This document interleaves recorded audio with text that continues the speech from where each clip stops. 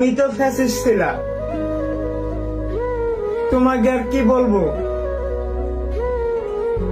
তুমি যখন ক্ষমতায় ছিলা তখন তোমাকে ফ্যাসিস্টই বলতাম, আমিও বলতাম। কিন্তু যখন তুমি ক্ষমতা ছেড়ে চলে গেলা, সত্যি বাবু তোমার কথা মনে পড়লেই চোখ দিয়ে পানি আসে যে আমরা কি করলাম।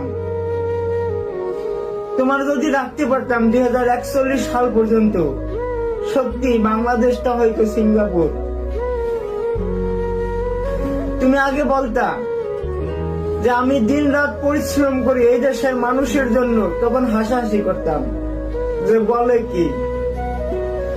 তুমি যাওয়ার পরে বুঝতে পারছি যে আসলে তুমি কত পরিশ্রম করতা, কত পরিশ্রম করে এই দেশটাকে তুমি সাজাইছিলা। কিন্তু আমরা দুর্ভাগা জাতি, আমরা হতভাগা জাতি, আমরা বারবারই মানুষ চিনতে ভুল করি।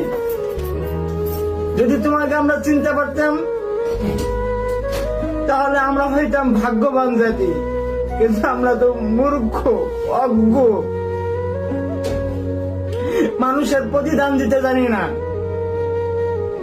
কেউ দেশের জন্য কাজ করলে তাকে আমরা ঘৃণা করি, তাকে মূল্য দিতে পারি না বাবু।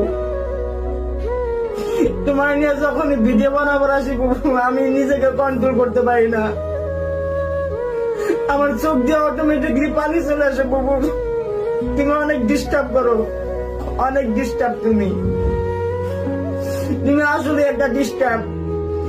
তুমি যেমন এই দেশের চাঁদাবাজের জন্য একটা ডিস্টার্ব, এই দেশের সন্ত্রাসীদের জন্য একটা ডিস্টার্ব, এই দেশের রাজাকারদের জন্য একটা ডিস্টার্ব, ঠিক এই দেশের গরিব দুঃখী মানুষের জন্য তুমি ডিস্টার্ব।